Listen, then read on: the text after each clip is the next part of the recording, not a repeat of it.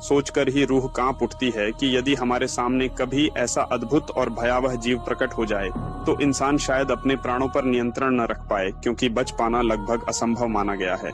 यह कोई लोक कथा नहीं, बल्कि वह वर्णन है जिसका उल्लेख श्रीमद्भागवत, महापुराण और महाभारत के आदि पर्व में मिलता है, नागों के अधिपति वासुकी के रूप में।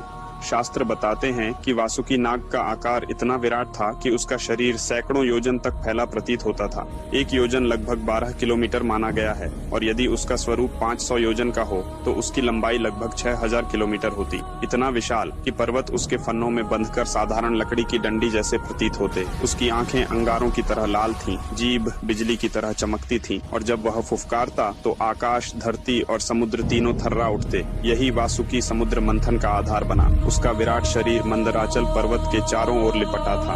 एक ओर देवता खींच रहे थे, दूसरी ओर दानव, और हर फुफकार के साथ समुद्र में उफान और पृथ्वी में कंपन दौड़ जाता।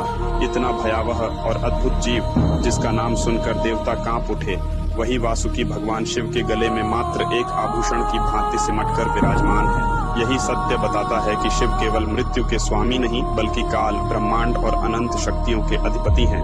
उनका स्वरूप इतना असीम और अगाध है कि वासुकी जैसा विराट जीव भी उनकी महाशक्ति के सामने तिनके जैसा लगता है, और इसी कारण वे महाकाल कहलाते हैं। लेकिन